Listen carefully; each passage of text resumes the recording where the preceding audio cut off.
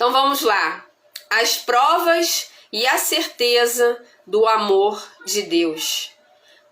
Romanos 8, do 31 ao 39. Diz assim: que diremos, pois, à vista dessas coisas? Se Deus é por nós, quem será contra nós? Aquele que não poupou o seu próprio filho, antes por todos nós o entregou, porventura não nos dará graciosamente com ele todas as coisas?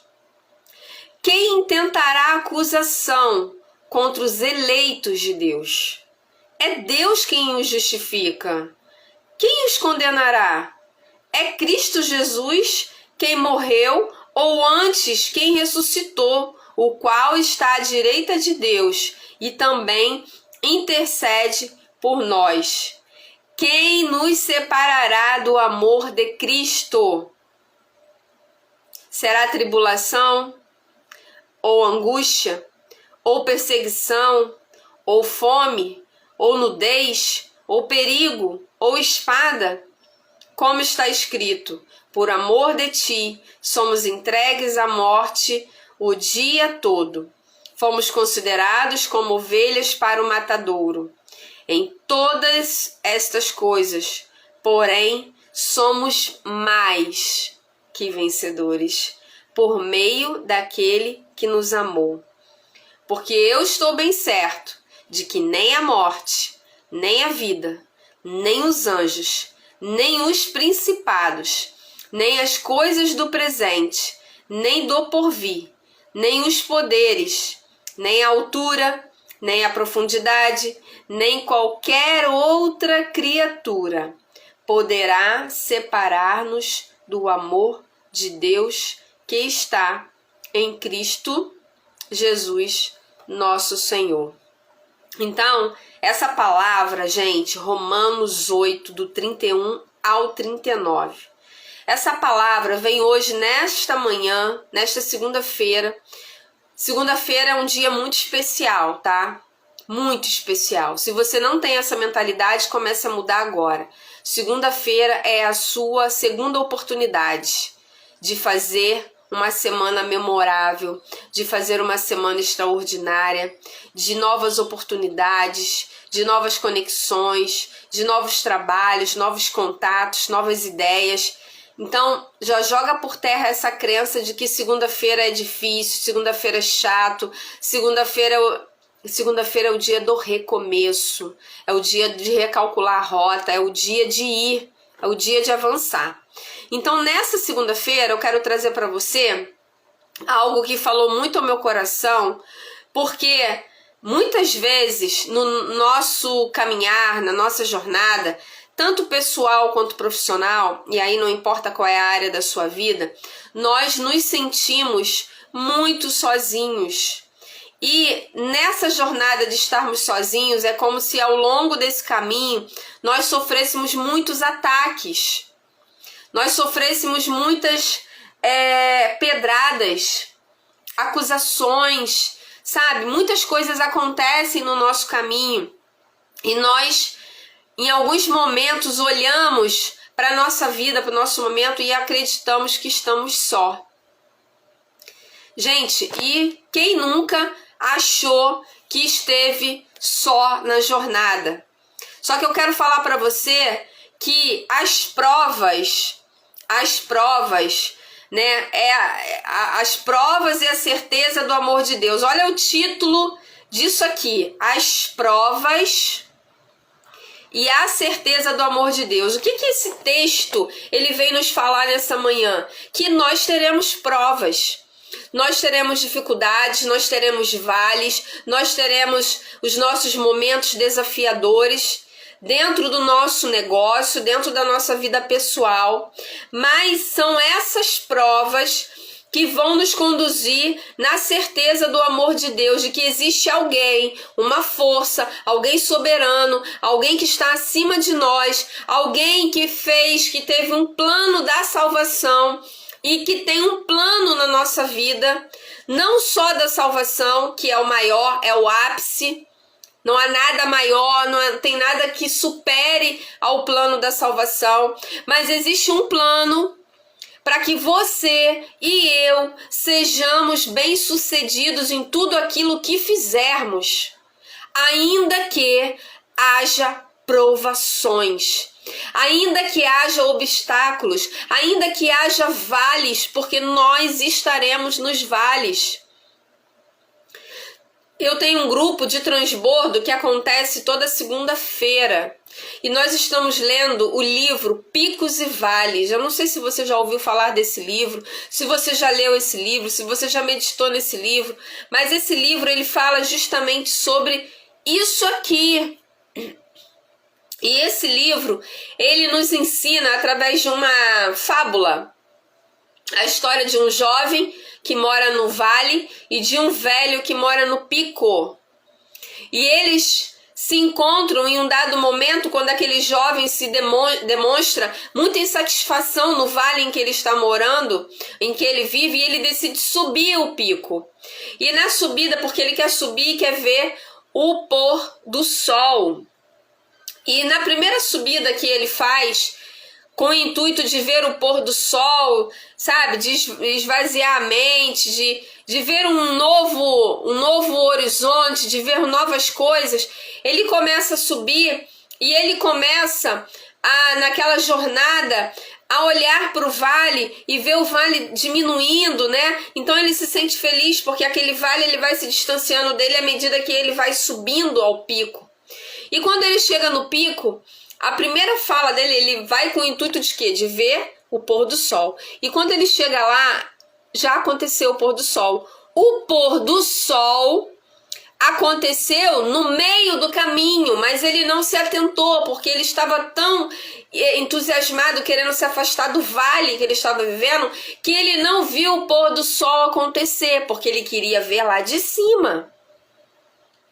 Só que muitas vezes nós nos esquecemos que é na jornada, é no caminho que as coisas acontecem. A linha de chegada, o topo, é só um detalhe de toda uma jornada de provas, de obstáculos, de vales, de pedradas, de dificuldades, de acusações, de solidão.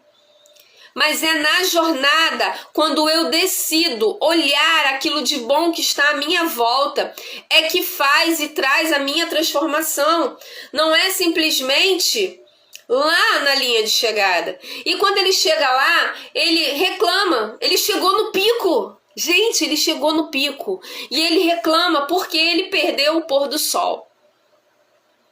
E aí lá ele encontra o velho que mora no pico. E aí ele fala, poxa, eu subi para poder ver o pôr do sol, mas cheguei atrasado, não consegui ver. E o velho, ele deita no chão e se projeta para o alto e começa a olhar para o céu. E ele observa o velho fazendo aquele movimento e faz o mesmo. Deita e olha para o céu. E quando ele olha para o céu, ele vê um céu deslumbrante e estrelado. Quantas vezes nós, por causa dos obstáculos, por causa das dificuldades da jornada, nós deixamos de curtir e de viver o novo de Deus na nossa vida pessoal, no nosso negócio. Pode ser que esteja dando alguma coisa errada hoje no seu negócio. Talvez as coisas não estejam tão alinhadas hoje, talvez os resultados não sejam os melhores, talvez a sua agenda para essa semana não esteja lotada, talvez esteja faltando o lucro no seu bolso, na sua conta, talvez esteja faltando isso, mas o que há de belo, bonito, extraordinário nesse caminho de dificuldade? Sempre há. E Romanos 8, do versículo 31 ao 39, nos diz que as provas, elas existirão.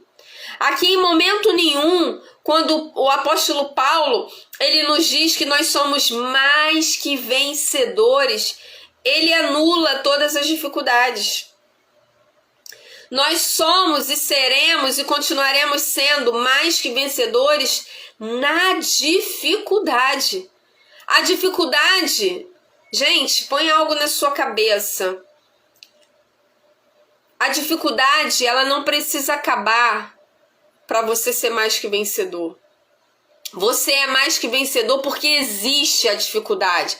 Imagina comigo se tudo fosse bom, maravilhoso, extraordinário o tempo inteiro. Se houvesse, a sua conta estivesse no azul, transbordando ali de dinheiro, muitos clientes, fechamentos, uma vida pessoal maravilhosa, tudo certinho com o filho, com o marido, com saúde. Imagina uma vida perfeita, extraordinária. Como você conseguiria dizer que você é mais que vencedora se está tudo maravilhoso? Só conseguimos nos colocar na posição de mais que vencedoras ou vencedores, né? Entraram homens aqui. Porque nós estamos no vale. Porque nós estamos num momento difícil, vivendo os obstáculos, recebendo pedradas críticas. E porque superamos os obstáculos, as dificuldades, os vales, tudo que nós vivemos, porque superamos e estamos aqui nesta segunda-feira, é que nos colocamos e nos projetamos como mais que vencedores. O mais que vencedor só existe porque existem os vales. Se estivéssemos no pico, não diríamos que somos mais que vencedores. Não teríamos comparação, não teríamos a quem comparar. E a palavra aqui em Romanos 8 diz: que diremos, pois, à vista dessas coisas? Se Deus é por nós, quem será contra nós? E eu me atrevo a dizer que a única pessoa ou a única coisa que é contra você é a sua mente. É você achar que não é capaz, que não é merecedor de estar em determinados lugares, ambientes, com determinadas pessoas, de alcançar os melhores resultados, de alcançar aquilo que você traçou como meta. A única pessoa que pode te colocar em um nível mais baixo é você.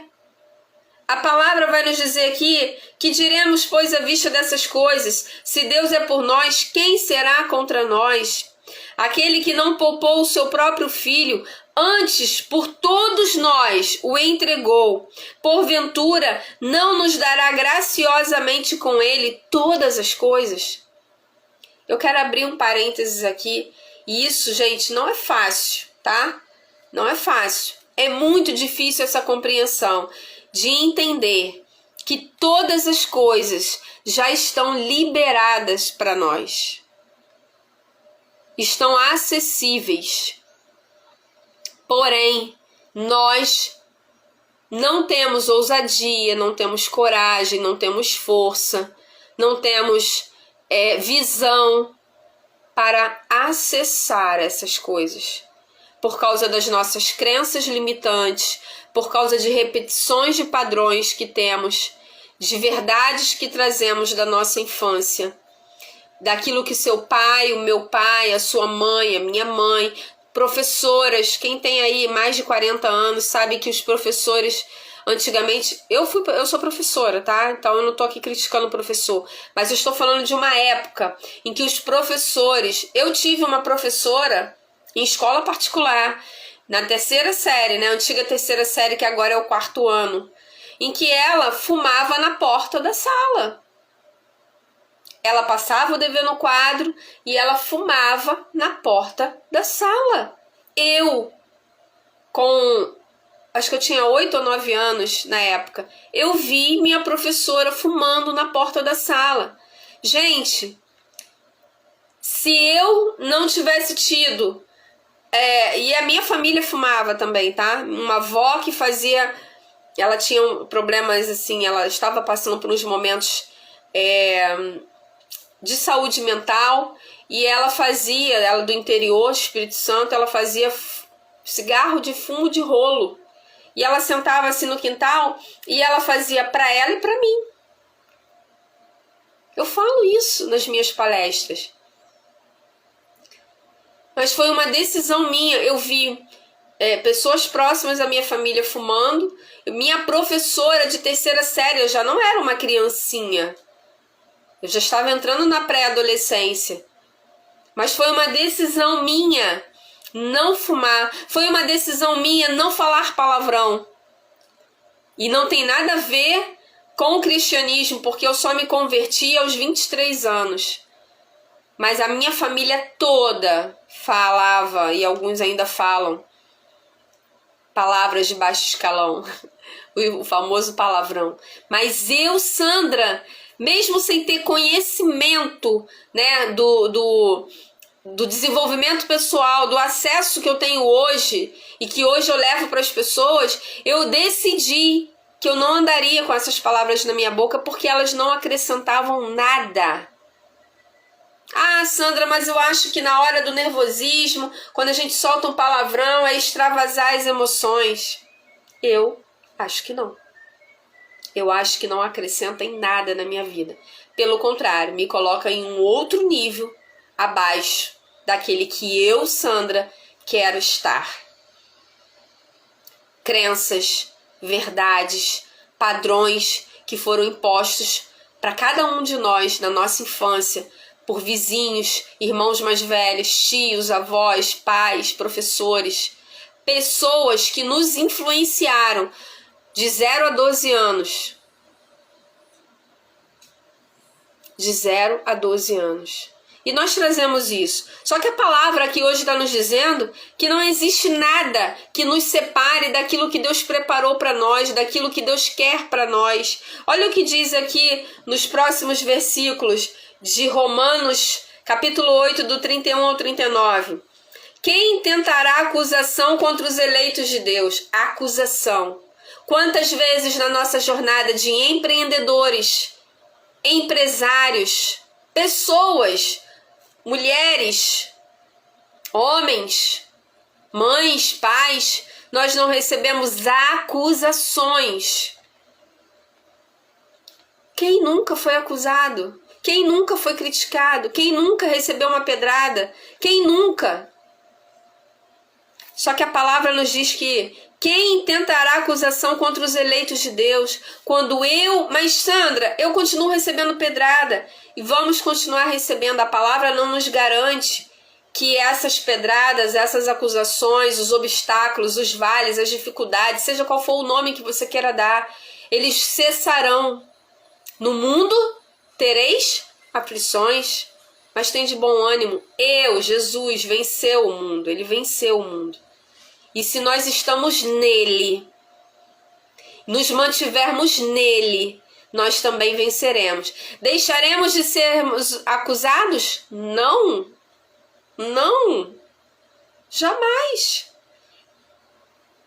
Mas passaremos por todo esse vale e chegaremos no pico.